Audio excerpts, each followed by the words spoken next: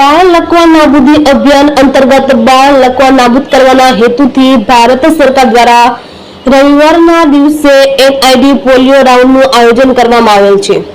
ત્યારે રાજુલા તાલુકાના શહેરી અને ગ્રામ્ય વિસ્તારમાં 5 વર્ષથી નીચેના 19,000 ઉપરાંત બાળકોને પોલિયો રસીના 2 ટીપા પીવડાવવામાં આવનાર છે, જે માટે taluka health officer doctor Nilesh Kalsariya અને સુપરવાઇઝર સંજયભાઈ દવે સહિતની ટીમ દ્વારા અસરકારક સુપરવિઝન કરવામાં આવી રહ્યું છે।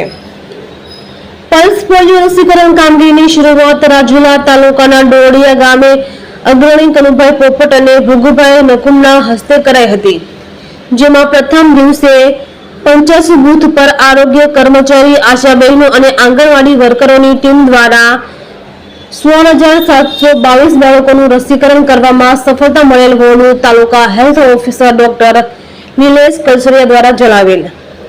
જ્યારે બાકી રહેલા બાળકો માટે બીજા અને ત્રીજા દિવસે 146 ટીમ દ્વારા ગામના દરેક ઘરોની મુલાકાત લઈ કોઈ બાળક બાકી નથી તેની તપાસ કરાશે અને જો રસીકરણમાં બાળક બાકી હશે તો સ્થળ પર જ ટીમ દ્વારા રસી અપાશે। જ્યારે હાઈરિસ્ક વિસ્તાર, વાડી વિસ્તાર, ઈટોના ભઠ્ઠાઓ તેમજ બાંધકામ ચાલતા હોય તેવા વિસ્તારમાં 8 મોબાઈલ ટીમ અને લોક સમૂહવાળા વિસ્તારોમાં 4 ટ્રાન્ઝિટ ટીમ દ્વારા રાજુલા આરોગ્ય વિભાગ દ્વારા કામગીરી કરવામાં આવી રહી હોવાનું યાદીમાં જણાવેલ છે। રિપોર્ટર મનીષ મહેતા, રાજુલા।